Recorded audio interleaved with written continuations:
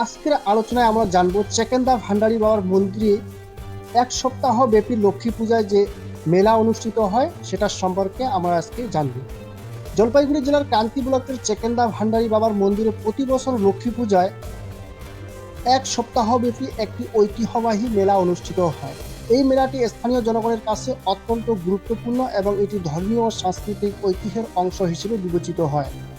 মেলায় বিভিন্ন ধরনের দোকানপাট, খাদ্যদ্রব্য, খেলাধুলা এবং সাংস্কৃতিক অনুষ্ঠান অনুষ্ঠিত হয়, যা স্থানীয় জনগণ ও দর্শনার্থীদের আকর্ষণ করে।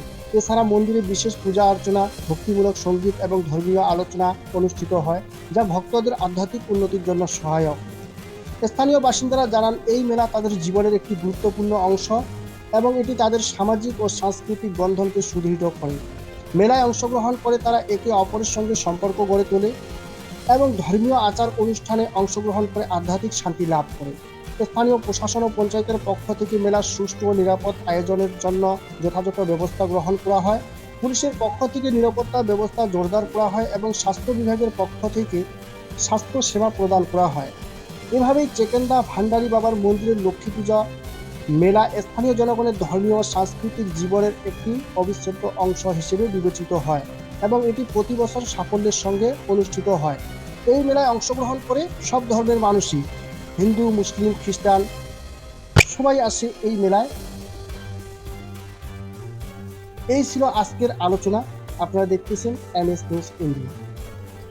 এটা হচ্ছে ভান্ডানী বাবার মন্দির। এটা প্রতি বছর লক্ষ্মী পুজো দিনেই বসে।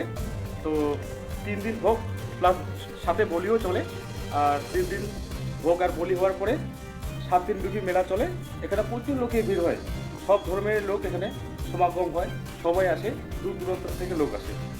তো এটা হচ্ছে ক্রান্তি, আমাদের যে ব্লক, ক্রান্তি ব্লকের সব থেকে বড় একটা বড় মেলা হয়। তো ঠিক আছে, আপনার নাম? আমার নাম হচ্ছে মনোরায়, আর আমার বাড়ি হচ্ছে ক্রান্তি ব্লকের রাজনাগা অঞ্চলে। ধন্যবাদ।